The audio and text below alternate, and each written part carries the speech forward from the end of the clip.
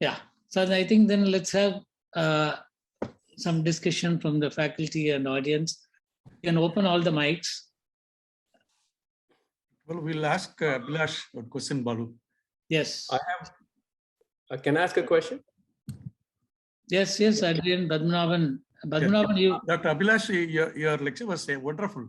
You know, it really opened our minds and thought, I can say.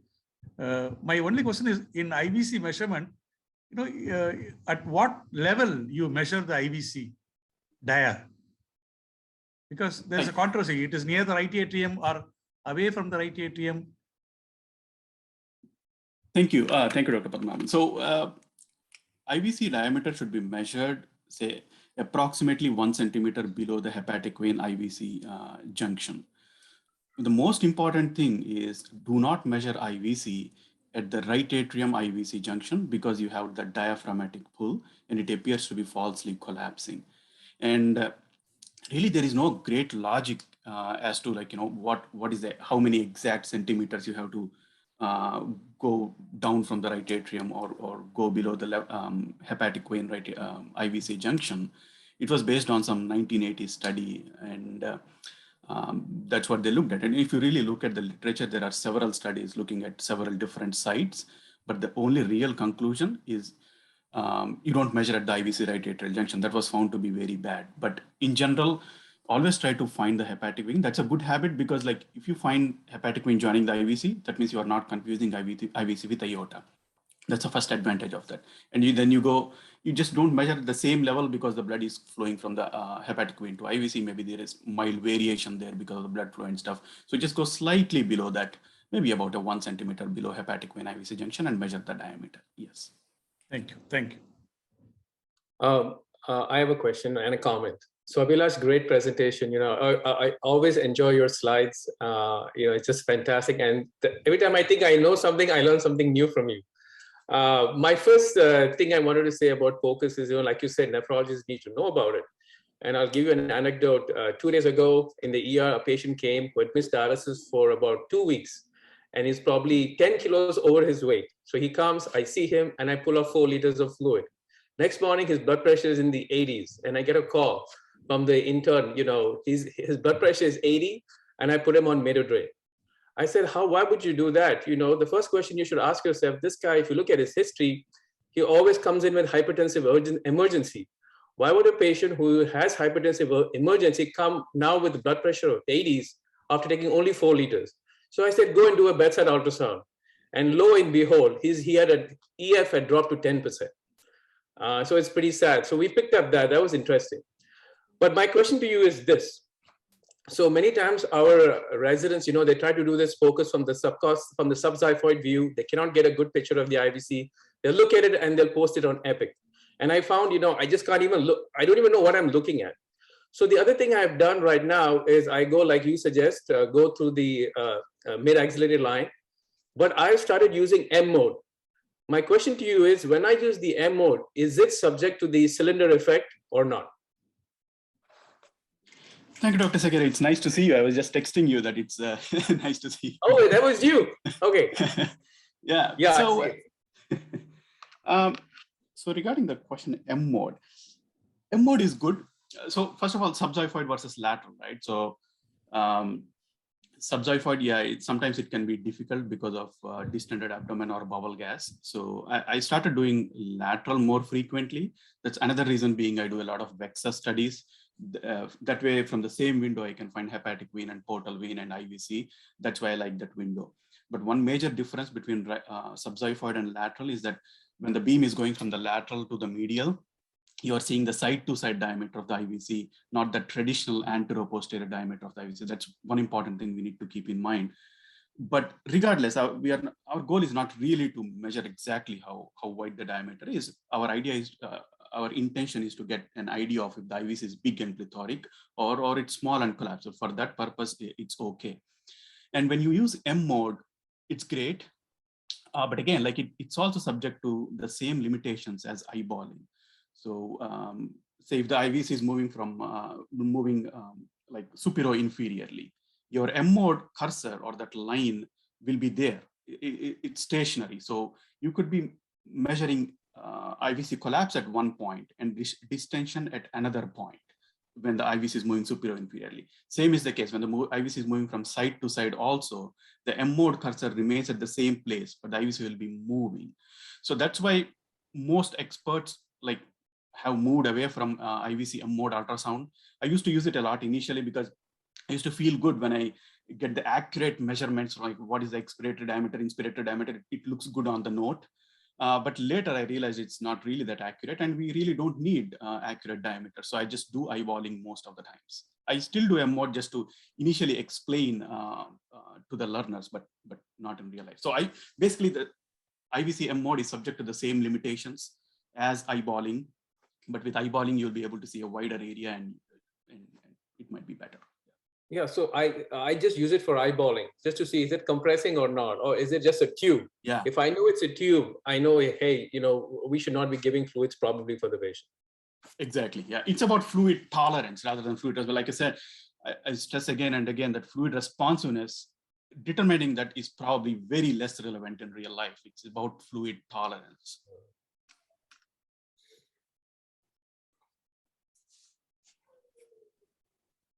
Oh, one last thing, since no one is asking a question. I saw one of your slides and you said abdominal B-lines. And I was like, what was that? I need to ask you about it. What is an abdominal B-line? On this thing or? No. I saw one of your Twitter slides. Other presentations. Yeah. No, in general, B-lines are formed where there is a specific air-water interface, right? In the lung, when you have interlobular septal thickening, and so the interlobular in the interlobular septum, there is some fluid and surrounded by air. So when you have such unique interface, you have that vertical ring down artifacts, which is B-line. So the same thing can be found where you have other similar interfaces. In abdomen, when you have a mixture of bowel gas and fluid inside the bowel, you can have those vertical ring down artifacts. I just call them B-lines. You should not call them B-lines. I just call them abdominal B-lines just to compare with the lung. But yeah, the point is, when the probe is too down, sometimes you think it's a lower part of the lung, but it's actually you're in the abdomen. That can be confusing. So it's important to know that these A-lines, you can also have these horizontal artifacts looking like A-lines in the abdomen also when you have gas-filled bowel.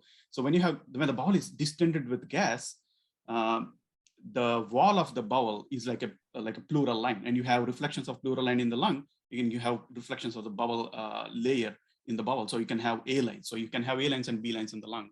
So if you have B-lines in the bowel, I mean, in the bowel, if you have B-lines, it's quite normal, nothing to be done. Yeah. But just don't confuse that with the lower part of the lung. That's probably my intention. Yeah, Dr. Abhilash, Dr. Manish here, excellent presentation, and so many cases we have learned a lot with your various kind of images and point of care ultrasound. So I wanted to ask you, like, do you have any protocol or policy for routine kind of doing monitoring of these cases by doing focus, like patients are otherwise on maintenance dialysis, doing relatively well? Like you have said that focus should be part of physical examination. So we have been taught that routinely also we should be doing physical examination, for example, of fistula or heart examination. So is there a protocol of doing focus also at a regular period of time? Are you following that thing, or what are your suggestions for that? Yeah, in the outpatient setting, unfortunately, ideally we are supposed to have, but we don't have at this time because we don't have adequate capacity to do focus. Ideally, you are supposed to do periodically evaluate lung ultrasound and maybe just look at the heart along with that, and maybe even VEXAS in some dialysis patients. So right now, what I do is I just do it in selected dialysis patients. I don't do that much outpatient dialysis. So in here, we have to go visit patients at least 4 times a month, and 3 times can be done by somebody else, like a nurse practitioner. So in reality, I go to outpatient dialysis unit once a month. So in that case, if somebody appears to be fluid overloaded or some other doctor calls and says the patient needs some further investigations, then I do ultrasound. But other than that, I don't follow protocol. For it to be realistically done, you need to have more staff, ideally dialysis nurses doing the basic lung ultrasound, but who pays for them? There is a lot of hassles with that. So at this time, the simple answer is we don't have a protocol in the outpatient unit. Yeah, in the inpatient, yes, we have fellows interested in doing POCUS, we have somebody on elective rotation on POCUS. If the person who is on acute rotation, they have time, they do POCUS. If they don't have time, they call me or somebody else on elective, they do POCUS. So in the inpatient setting is pretty well covered, but outpatient, yeah, it's a work to be done. Dr. Abhilash, Girish here. It's always a pleasure to listen to you. I just had one question. See, the common scenario where we feel the requirement of POCUS is patient, end-stage renal disease patient with septic shock on multi-vasopressor support, develops hypotension post-dialysis. These are the scenarios wherein our fluid dynamics are really challenged. So in such scenario, what would be your POCUS protocol in a nutshell? So in any hypotensive patient who is relatively sick, we look at all pump pipes and leaks.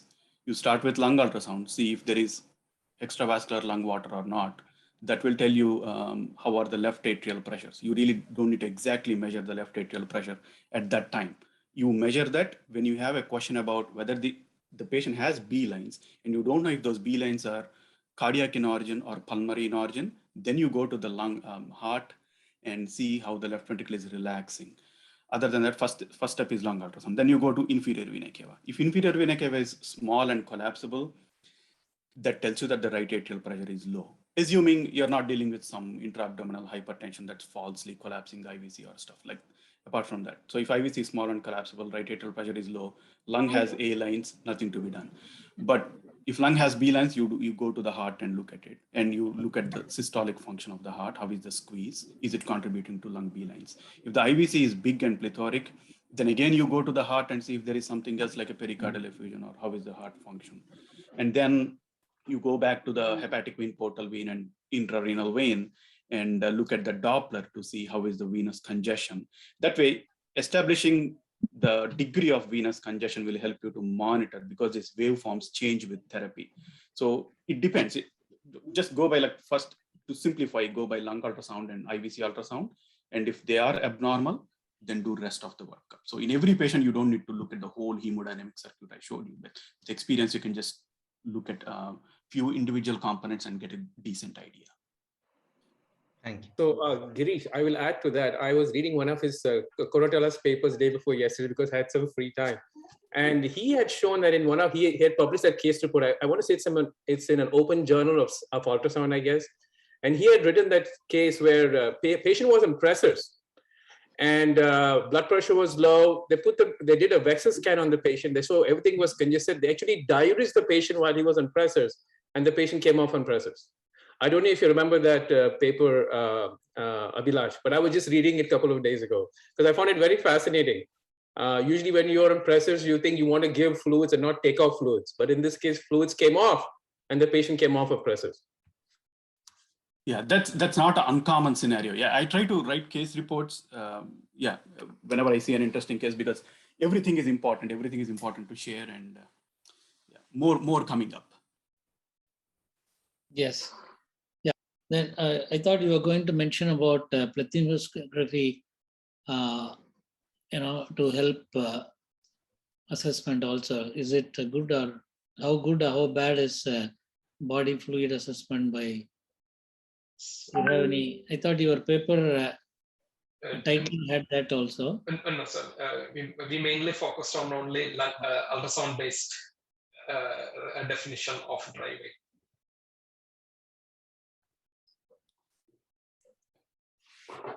Any Dr. other? Arun, Yeah, Padmanabhan. Dr. Arun, it's very interesting, your paper. My only question is, when you measure lung B lines, you are looking at the left side of the heart. When you measure IVC diameter, you are almost looking at right atrium and right ventricle. Maybe the combination of left and right, combining both, you got the good results. Because if you look in isolation, both are looking at two compartments of the heart, both sides of the heart. That is my question. So we thought we tried to integrate both so that we could get the benefits of both together. In fact, most of our long-term dialysis patients, invariably they get hypertension, pulmonary hypertension. In these people, even the blood pressure becomes 80, 90. We are finding very difficult to even to do dialysis with a distended IVC. You understand? So your thing may apply to those who are on early dialysis without pulmonary hypertension, etc. So But we had by an and large, inclusion, the thought process is very good, very nice, innovative. we had an inclusion exclusion criteria. So significant right heart failure and left heart failure, we cannot apply this definition. That's what limitation. So these patients were excluded. Yeah. Thank you. Thank you. Any comments on bioimpedance and its role in Lala, one question. Yeah. So maybe Abhilash can answer this. What would be the comparative efficacy of measuring NT-proBNP level vis-a-vis finding B lines on the lung ultrasound and IVC diameter non-collapsibility? Number one. And number two, what would be that same versus doing a plethysmography? Why I'm asking the second question is because my DNB student is just completing her thesis on plethysmography for assessment of fluid overload in dialysis patients. We're just analyzing the results. Yeah, I don't have experience with plethysmography per se, but in general, the question about bioimpedance, as of now, it tries to differentiate between, it tells you what is the total body water and extracellular water, and not necessarily intravascular water, which can be influenced even without weight gain. Even without weight gain, you can have component, one body component to the other body component fluid shifts. So that's one drawback of bioimpedance.